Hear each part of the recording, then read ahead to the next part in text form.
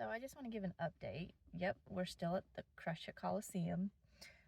It's been open for a week, and I know I've been a little quiet and haven't been doing any videos because I have taken this week personally to really understand different machines, because I'm pretty much starting over in a new world, in the fitness world, not really, but I'm at a new gym. So when you go to a new gym, you should familiarize yourself with the machines. Get comfortable, get used to what they are.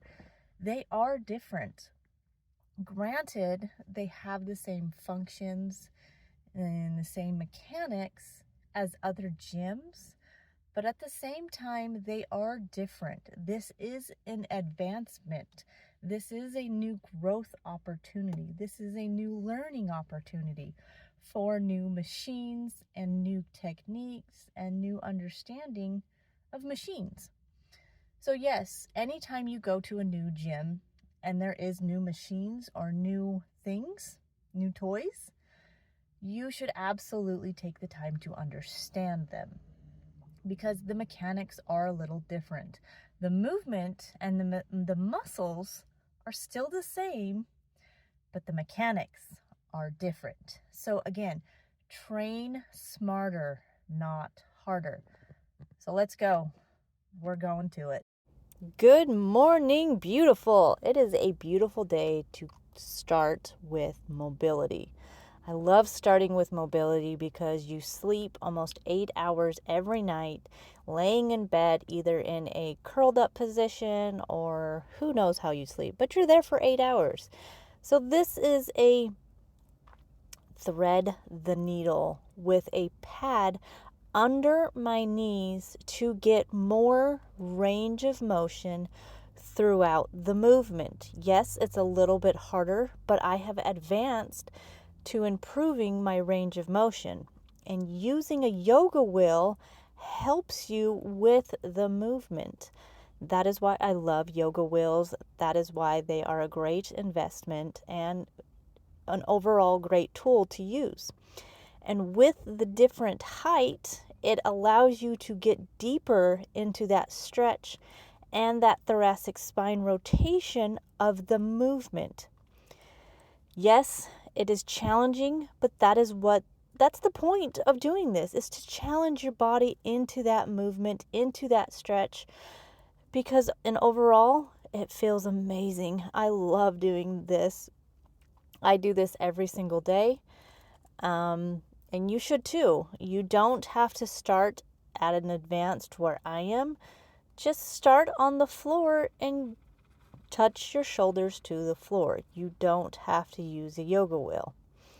But it does feel great, and it is a great tool to invest in.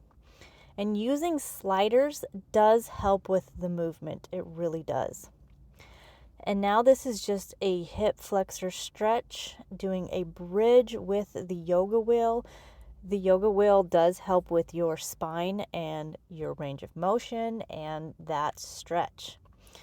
And putting a pad under your feet actually helps the range of motion. You can get into a deeper movement, deeper range of motion. You want to improve your range of motion by doing different techniques. So I encourage them.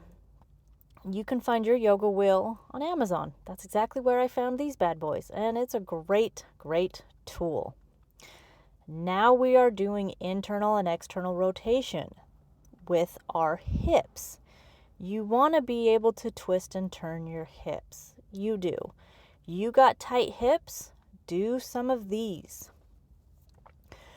Your hips are a ball and socket joint. They are meant to twist and turn, not stiffen up. The more you do this, the better your hips will actually feel.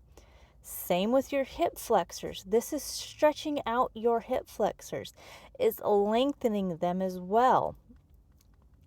So you're getting internal, external, you're getting hip stretching of your hip flexors, you're getting upper body lengthening and stretching. Yeah, it's a lot to do, but it feels so good. It really does. But you don't have to take my word for it. Try it yourself. Do the things you need to do for your body to benefit, for the longevity, for your health and well-being. Now we are moving into 90-90. Windshield wipers, internal, external rotation for your hips yet again. The more you do them, the easier it does get. Yes, it is a struggle at first, but that's the beginning. You're doing something new to your body. You're doing something new to the joints. But I promise you, the more you do them, the better you will get. And I was just trying to do a pose on the yoga wheel, getting my stability right here. This is a very challenging pose because you're using your hands to get this pose. So I did it for like 2 seconds and I held it. And then I fell over and then I was hurting my hands, so I gave up.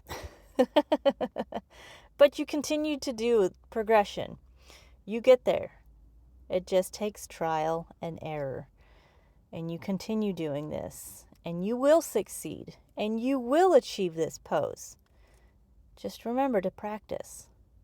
Practice is all you need to do. So, this is another way to do internal and external hip rotations. And the Cossack squat. I am doing a mixture of both. Internal, external rotation by standing, because this is a lengthening position. And I'm just twisting my foot internally and externally to get that rotation of the hip joints. And then I'm shifting into a Cossack squat. Using sliders helps you with the movement. It really does. If you just use your shoes, you're going to get stuck. So get you some sliders. If you don't have sliders, get a paper plate. Paper plates work just fine. Slow and controlled movements. This video has been sped up. So this is a sissy squat with your range of motion improved. And yes, you can do this on the floor, but this is an advanced way of doing a sissy squat to get the lengthening of your hip flexors stretched. Adding the pad adds to your range of motion. It really does. And your ankle mobility. So give it a try and you can succeed on doing a sissy squat. I love doing them. They are very beneficial for your quads and your hip flexors. But you don't have to take my word for it. Just go do it. Go do it. Go get moving. Go get exercising because you've got this. And have a freaking rockin' day.